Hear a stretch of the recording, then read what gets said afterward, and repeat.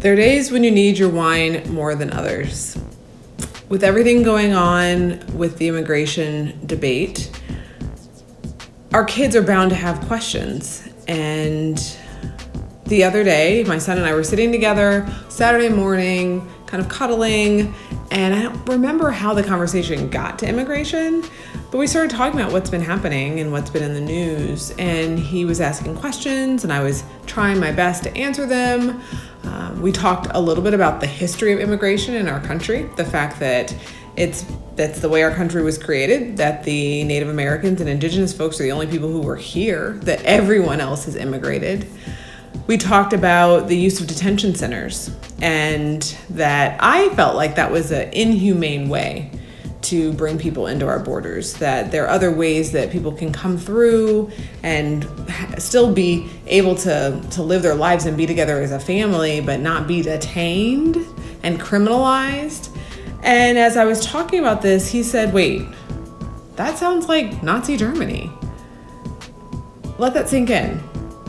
As I'm talking about our country increasingly detaining people simply for coming to the border, having to prove that they're here and seeking asylum or refuge rather than being allowed to come in and be processed like a human being, he immediately thinks of Nazi Germany. And to be fair, like, that's his reference point for inhumane treatment. But he knew it when he saw it.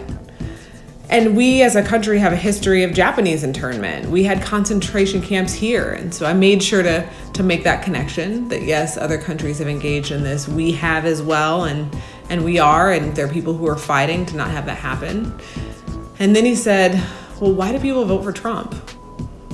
And I didn't know how to answer that. I said, well, to be fair, what's happening in terms of immigration is not just Trump, but people have been said to vote for him because they think, oh, he's a businessman, that he'll run the country well. And my son wants to be an entrepreneur, so he knows the kind of history of Trump and business, and that his businesses aren't all that successful, but that he's leveraged money in different ways to be successful. And we had a nice conversation about capitalism, that capitalism in its purest form doesn't have a soul or morality or care about the worker, that our ancestors were brought to this country to fuel and build this country, and that capitalism can be corrupt when it doesn't have any sort of moral compass. And that's why people argue for other forms of shaping society. So I was not expecting our conversation on a Saturday morning on the couch to get so deep, but it did. Here's what I think you can take from this. One, that these conversations come up at any time. Two, that we have to be willing to engage in these conversations with our children, even when we don't have the answers. I don't know how to solve the immigration issues of today. I have ideas, but I don't know the law around immigration. And so I'm engaging in a conversation with him, not having all the answers. And as adults, sometimes that's hard to engage our kids when we don't have answers. Be willing to engage even when you don't know fully. Maybe you seek to learn together. Maybe you try to understand together. And finally, take your child and their sensitivities into account.